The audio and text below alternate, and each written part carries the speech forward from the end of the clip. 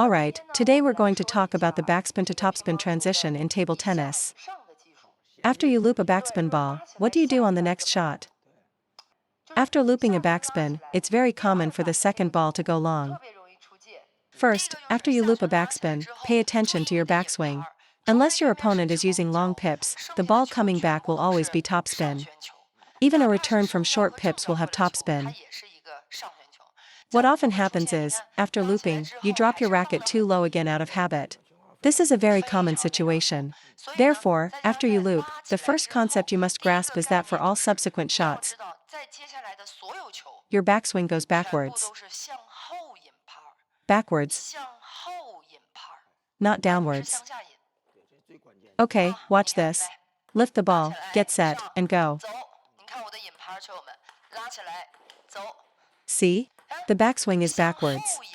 This is incredibly important. If you fix this, your transition game will improve significantly. Look, the problem with many players' topspin rally is that they stand too upright, causing their backswing to drop downwards like this.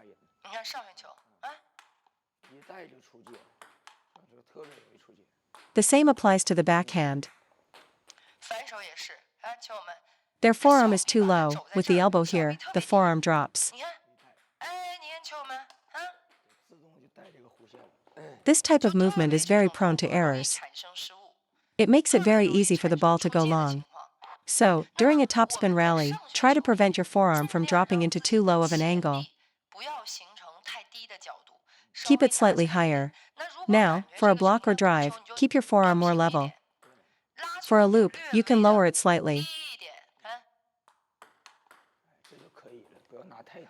I think the reason many players hit their topspin shots long, especially in this backspin to topspin transition, is because their shoulders are level and their body posture is too upright. Then, imagine the ball comes back with a slightly lower trajectory. You instinctively try to lift the ball just by closing your forearm. For a low incoming ball, closing your arm with a flat forearm will cause you to miss-hit or frame it. So, your only option is to drop your racket low to find the contact point. That's how this bad habit is formed. It's because your forearm is positioned way too low. Then you try to compensate by swinging your arm forward and using more power, which is the perfect recipe for hitting the ball long. Look at this topspin rally.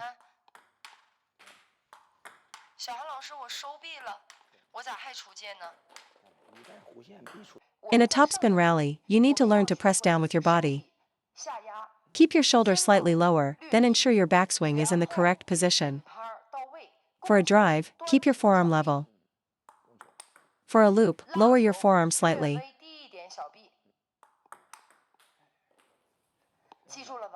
This is extremely important. For a drive, your forearm is level. For a loop, your forearm is slightly lower. It's never completely dropped. Now for the backhand, it's a bit different from the forehand. Whether you're doing a backhand drive or a backhand rip, the principle is still a backwards backswing. So, why do many players struggle with their backhand? Look at the shape of their forearm. Right, and that leads to this habit. They flip their wrist like that because the ball keeps going long. And it goes long because their forearm is too low. Therefore, for a backhand drive, the backswing is low. For a rip, the backswing is high.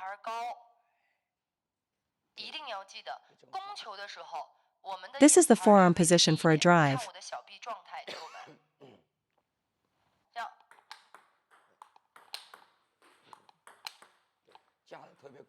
Right, players? You see this on TV, don't you?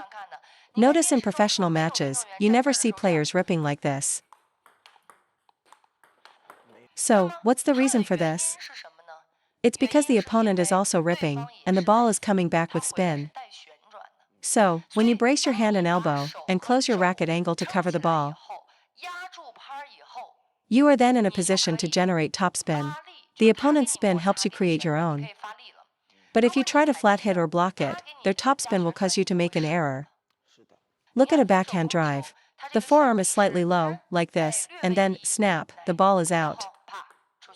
When you do a backhand rip, you must brace your elbow, bring your racket back, and then execute the rip. So you see, for both forehand and backhand, the height of the backswing for a drive versus a loop is different.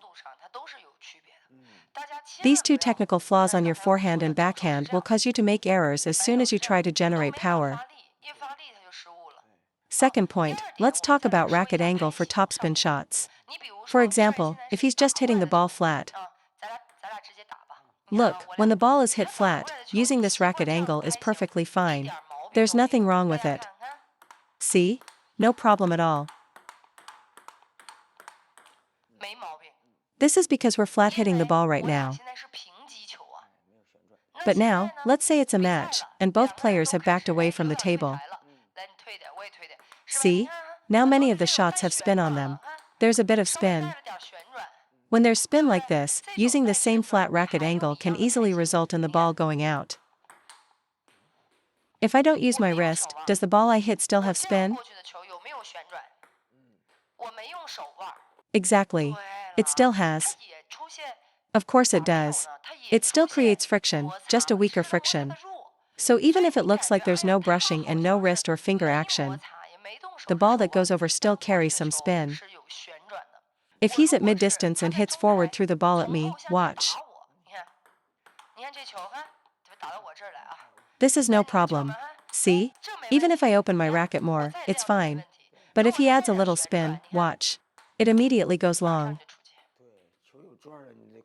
He didn't add any wrist action at all. When the racket meets the ball, the arm swing creates a natural, small brushing motion, with the racket face moving from one point of contact to another, generating friction and spin. When a player moves back from the table, a low to high swing path will generate topspin on the ball. You have to close your racket angle. The more you close it, look, I have to close it here. I still have to close it here. And even here, I'm still closing it. So for a spinning ball, you must make contact with the top half of the ball. This way, the ball goes into the net. Now add a little power, and you've successfully blocked it back. By moving forward and executing your stroke, you generate depth and create a proper trajectory. So, even if you're just doing a forehand drive rally, the balls coming at you will require this kind of closed racket angle. These are pure flat hits. See? This is the reason for your shots going long. Missing in rallies, missing in the backspin to topspin transition, it's the same thing. Whether you're driving or looping, this is the issue. For the backhand, the same principle applies. Okay, backhand topspin. When your opponent hits a flat ball, we can all use this racket angle.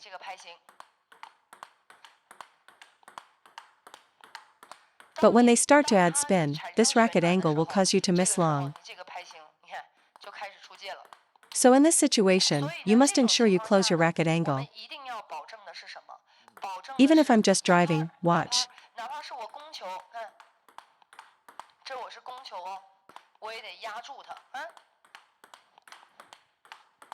Then you can have a solid rally. It seems that as players advance, many hit a plateau. Their level stops improving because their opponents start using spin, and they don't know how to handle it. It's not always intentional. Their opponent gets pushed back, their swing gets bigger, and that naturally adds some weak spin. We mistake it for a no-spin ball, fail to control our racket angle, and make an error. When driving the ball, do you feel contact on the top half of the racket, or the middle? For my forehand drive, I make contact at the 2 o'clock position. Meaning, from my backswing to the point of contact, I'm thinking about a 2 o'clock racket angle. The upper middle part of the ball. The problem now is that many players will start their contact from 3 o'clock and roll over the ball to 1 o'clock. Like this.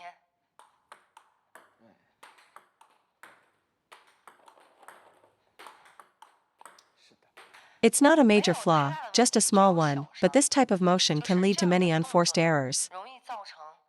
In a normal rally, when hitting softly, these incorrect movements might still get the ball on the table. But once you start using your footwork or applying power, your error rate will be 80%. The moment you use power and footwork, it all falls apart. Okay, another question. For a loop, what time on the clock should it be? For the drive, it's at 2 o'clock.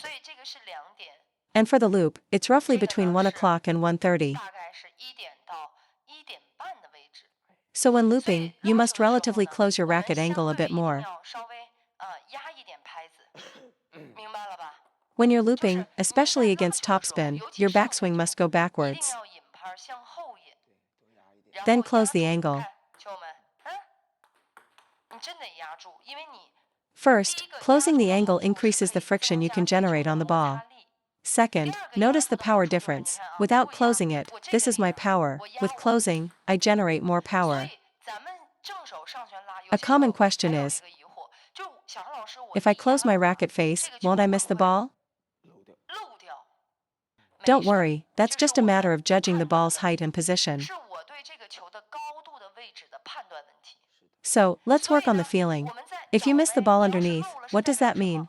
Your hand was too high, or the ball was too low. For instance, if your elbow is stiff, because many players are tight in the shoulder and elbow, you're bound to miss. If you're too fast or the ball is too slow, you'll also miss the ball. But you have to learn to close your racket face to create a topspin arc. For a backspin ball, what o'clock position should it be?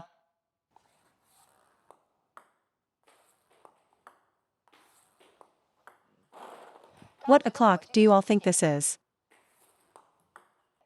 When you want to add more spin, you should be at the 2 to 2:30 position. At the moment of contact, there's a micro adjustment in the racket path to create friction. You might contact the ball at 2:30, and as you brush through, the angle closes to 2 o'clock. This is the feeling for looping a heavy backspin ball with a lot of topspin. But if I want to power loop, I'll start my backswing at 2 o'clock. To keep the ball down during contact, the forearm and wrist will close the angle, possibly finishing around 1 o'clock. Contact the ball at 2 o'clock, snap.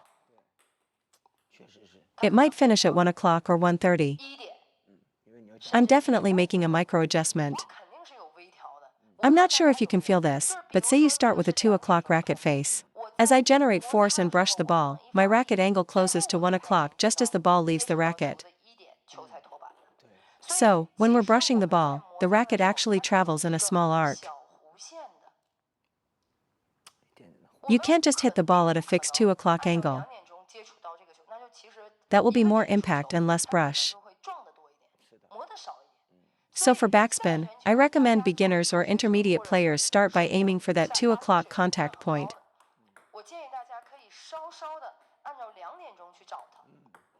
Then adjust the brushing curve, angle, and direction of force based on your skill level.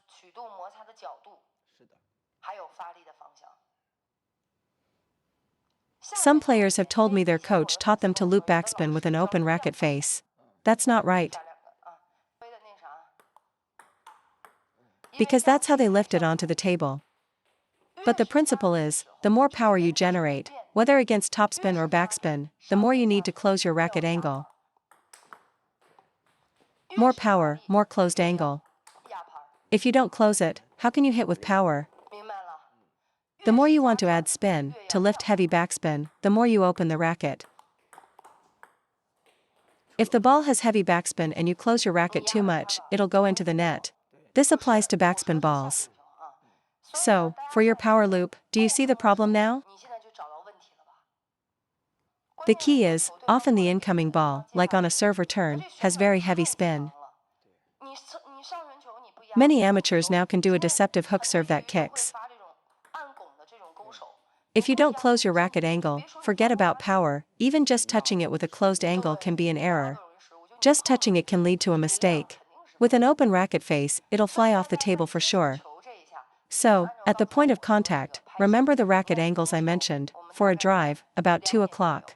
Against topspin, between 1:30 and 2 o'clock, depending on the incoming ball. For backspin, starting at 2 o'clock is great for amateurs, then make micro adjustments for the brushing arc. But you absolutely cannot handle backspin with a 4 o'clock, 2 open, or 1 o'clock, 2 closed, angle. It won't work. Okay, for the fifth key point, let's discuss power generation for topspin shots. Many of you are using your upper arm incorrectly.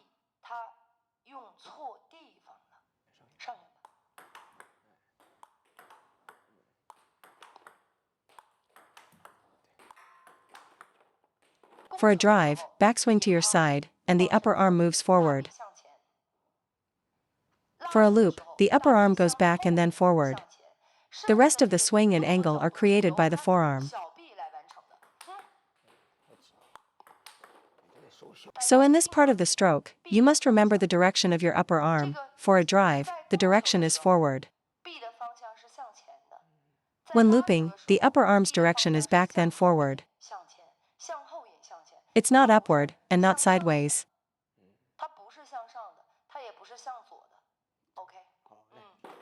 哎，这个可真是闹心了，是吧？好多人就好不容易学会了下旋拉，起来以后第二板对方反过来就打不上。等我，往前压。我觉得学的太像了，我自己都佩服我自己。确实太像，是吧？